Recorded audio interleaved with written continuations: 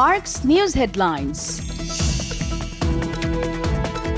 ভারত শেখ হাসিনাকে ফেরত না পাঠালে প্রত্যর্পণ চুক্তির লঙ্ঘন হবে বলে মন্তব্য করেছেন আইন উপদেষ্টা ডক্টর আসিফ নজরুল। এছাড়া তিনি সাইবার সিকিউরিটি আইনে করা মামলা 7 দিনের মধ্যে প্রত্যাহারের কথা জানান। গুম, খুন, মানবতাবিরোধী অপরাধে দণ্ডিতরা নির্বাচনে অংশ নিতে পারবে না বলে জানান নির্বাচন ব্যবস্থা সংস্কার কমিশনার। একটি আসনে কোনো প্রার্থী 40 ভাগের নিচে ভোট পেলে সেখানে পুনরায় নির্বাচন হবে বলেও জানান তিনি। ন্যূনতম সংস্কার করেই নির্বাচন দেওয়ার দাবি বিএনপি মহাসচিব মির্জা ফখরুলের। বলেন, ঐকমত্যের ভিত্তিতেই সংস্কার হবে। বিপ্লবের পর অস্থিরতা সৃষ্টি না করে ছাত্রদের ধৈর্যের সাথে বর্তমান পরিস্থিতি মোকাবেলায় পরামর্শ দেন। ওয়ার্ল্ড ইকোনমিক ফোরামের বার্ষিক সম্মেলনে যোগ দিতে সুইজারল্যান্ডে গেছেন প্রধান উপদেষ্টা ডক্টর মোহাম্মদ ইউনুস। সফরে প্রধান উপদেষ্টা জার্মান চ্যান্সেলর, ফিনল্যান্ডের প্রেসিডেন্ট, বেলজিয়ামের রাজা এবং থাই প্রধানমন্ত্রীর সঙ্গে দ্বিপাক্ষিক আলোচনা করবেন।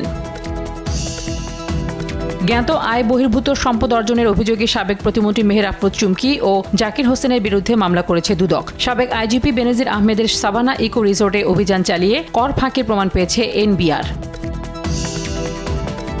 আন্তর্জাতিক আইন না মেনে জয়পুরহাটের 5 বিবির উচনা ঘুনাপাঠা 281 পিলার এলাকায় ভারত সীমান্তের কিছু অংশে কাঁটাতারে বেড়া নির্মাণের অভিযোগ উঠেছে বিএসএফ এর বিরুদ্ধে। পরে বিজিবির হস্তক্ষেপে কাজ বন্ধ হয়ে যায়। নাটোরের লালপুরে ট্রাক ও মোটরসাইকেলের সংঘর্ষে 3 মোটরসাইকেল আরোহী নিহত। যশোর সাতক্ষীরা মহাসড়কে পিকআপ ভ্যানের ধাক্কায় এক ইজি বাইক চালক নিহত। দিনাজপুরের হিলিতে ট্রেনের ধাক্কায় অজ্ঞাত এক বৃদ্ধের মৃত্যু হয়েছে।